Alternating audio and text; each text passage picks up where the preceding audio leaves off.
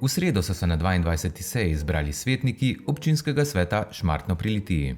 Imenovali so nove člane sveta javnega zavoda Bogenšperk, potrdili novo občinsko volilno komisijo za obdobje 2026-2030, sprejeli so odlok o razglasitvi arheološkega najdišča Roven Gradišče za kulturni in zgodovinski spomenik, v prvi obravnavi so potrdili odlok o ustanovitvi javnega zavoda Bogenšperk, podali so soglasje k statutu javnega zavoda Zdravstveni dom Litija, za potrebe letošnjih lokalnih volitev pa so sprejeli sklep o določitvi mest za plaketiranje v času volilne kampanje in sklep o delnem povračilu stroškov kampanje za lokalne volitve. Po končani seji pa so si župan in člani občinskega sveta ogledali gradbišče novega vrtca.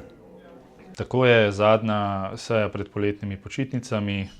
Zavedamo se, kot tudi verjetno vi, da gre za volilno leto, tako da so volilna opravila že stekla.